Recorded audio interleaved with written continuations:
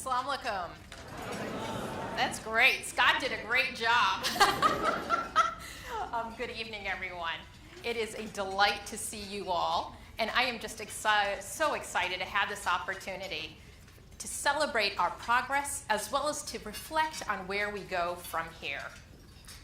Now, if you're like me, you're probably taking a deep breath and saying, wow, the last 2 years have felt like a roller coaster. We've had some gut-wrenching lows, from Trump's election to the Muslim ban, not just one, but 3 different versions. We've had the rise of hate groups and, of course, hate crimes. But we've also had some gratifying victories along the way. Scott talked about some in his remarks. In addition, we've seen anti-Muslim White House officials resign: Steve Bannon, Sebastian Gorka. And we've had some inspiring highs, like the recent election of the first 2 Muslim women to Congress.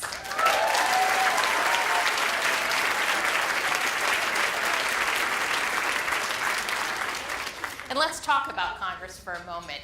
It is truly exciting to see the U.S. House of Representatives be a true representation of the United States come this January. And I'm talking about not just historic wins for the Muslim community, but there were historic wins for women, for the LGBT community, for Native Americans, and so many. We're so excited to work with that new House. Speaking of Congress, we are delighted to have with us this evening Senator Chris Coons and Congresswoman Famila.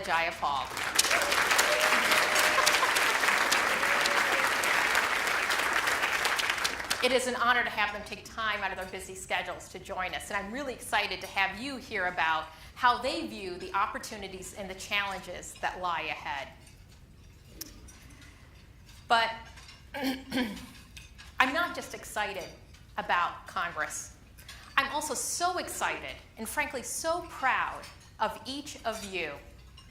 To be honest, 2 years ago, I was really concerned. I thought people were going to continue to be relatively complacent, maybe even silent. But you've proven me wrong. You've stood up. You've spoken out. You've taken a stand, mobilized and organized, and stood up against hate and bigotry in all its forms. You stood with Muslim advocates in the Muslim community as we challenged and fought back against the Muslim ban. You stood with us as we took on Hayat and hate groups. And Muslim Advocates has been standing with you. Whether we're in the courts fighting for the rights of American Muslims to build a house of worship or to just go about their daily lives like to swim in a pool, or whether it's joining arm in arm with our colleagues to protect the right of parents who've been separated from their children at our southern border. Those are just some of the examples of the ways in which we understand that our struggles are intertwined more than ever before. And some of you have also been absolutely critical to our growth these last 2 years. As some of you may know, we've gone through a rapid phase of growth these last 2 years, growing our size, our staff. It's been the most explosive phase of growth for the organization since our founding. And you made that possible. Thank you so very much.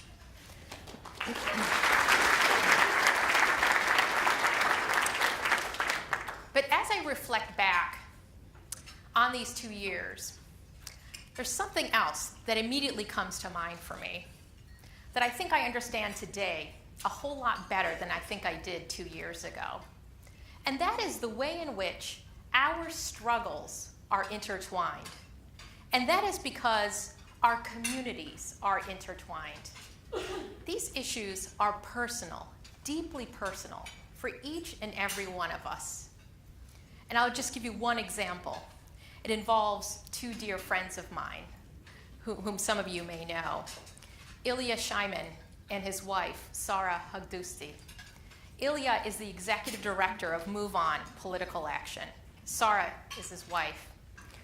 And in early 2017, just after Trump issued his first Muslim ban, I read a Facebook post that was written by Sarah, and my heart just dropped. You see, Sarah and Ilya had just had their first child, little baby Anton.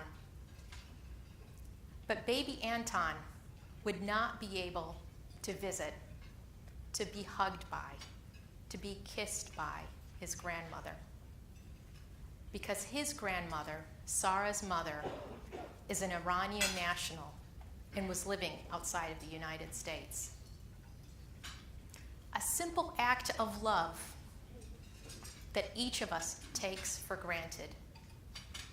Anton and his grandmother would not be able to experience it. Sadly, Ilya, Sarah, and Anton are just one of thousands of people who've been directly harmed by Trump's bigotry. There are several people in the room with us this evening who also have been harmed. Some of them have taken the next brave step of actually taking on the president and suing him in court. And I'm so honored that you will hear from one of those individuals this evening, Dr. Najib Adi. We are so grateful for his courage and the courage of others like him. You see, these aren't theoretical, academic debates about policy. Bigotry has a real impact on the lives of people, your families, your coworkers, people you know and love and work with. So while we celebrate this evening, I also want you to know that we are at an urgent crossroads, and it is more important than ever that our work continues. We are at a point where we can decide whether we will rest on our laurels or whether we will stand up and take this fight to the next level. And I hope you will join with us as we do so.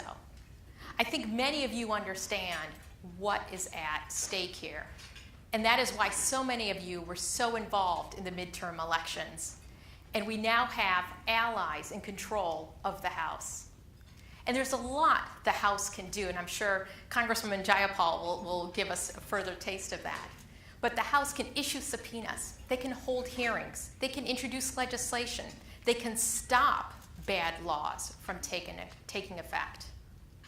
We have opportunities to introduce, build support for bills that would overturn the Supreme Court's horrific decision this summer upholding the Muslim ban.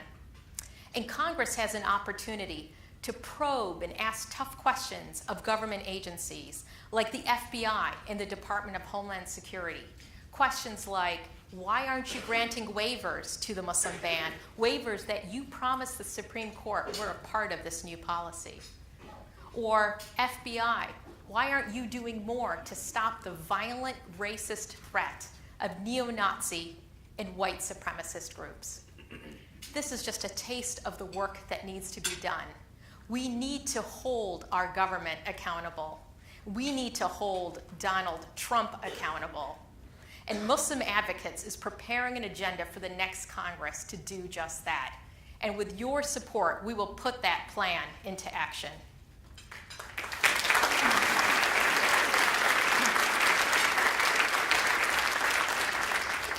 But we've also learned this over the last 2 years. More than ever, the epicenter of the fight for justice, the fight against hate and bigotry, is right here in our nation's capital. And so that is why Muslim Advocates recently made a tough decision. And I have some news to share with all of you. Early next year, Muslim Advocates is shifting our headquarters from California to Washington, D.C.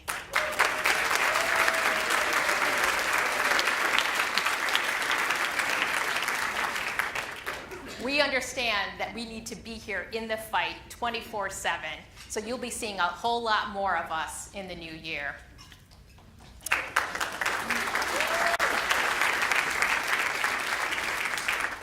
But our priorities for the next year go beyond just influencing members of Congress and the government.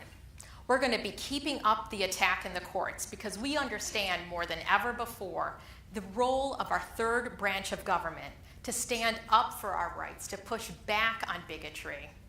We will also be increasing our efforts to push companies to do the right thing. More than ever, companies have a role to play in the way that they're shaping our public discourse. And they can be models for good citizenship. Sometimes that work involves playing an advisory or consulting role in the way we do with Airbnb or Starbucks. And sometimes it's prodding, cajoling, and having tough talks with some of these companies like we might do with our friends at Facebook. But that is just a taste of some of the work that we have before us. So you see, the last 2 years, they've been long. They certainly have felt long, and we certainly have some battle scars from these last 2 years. But I have hope, because I know together we are making progress. And because I know that you understand that our struggles are intertwined like never before. I want to close by sharing this story, a story about Ellen Spurtis. Ellen is an accomplished computer scientist, and she's now a professor at a college in California.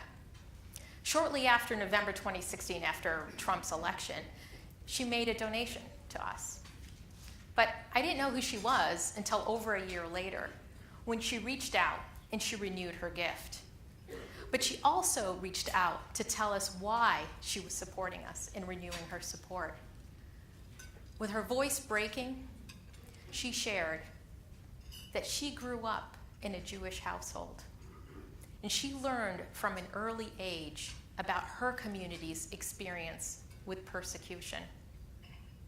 And she had felt that she lived in a country that would protect religious minorities. But now, with the election of Trump, she no longer felt safe. And she knew Muslims were being attacked too. So she reached out to the Muslim students in her classroom, and she asked how she could help. And that's how she learned about Muslim advocates. We are so honored to have her wise words and her support and her generosity.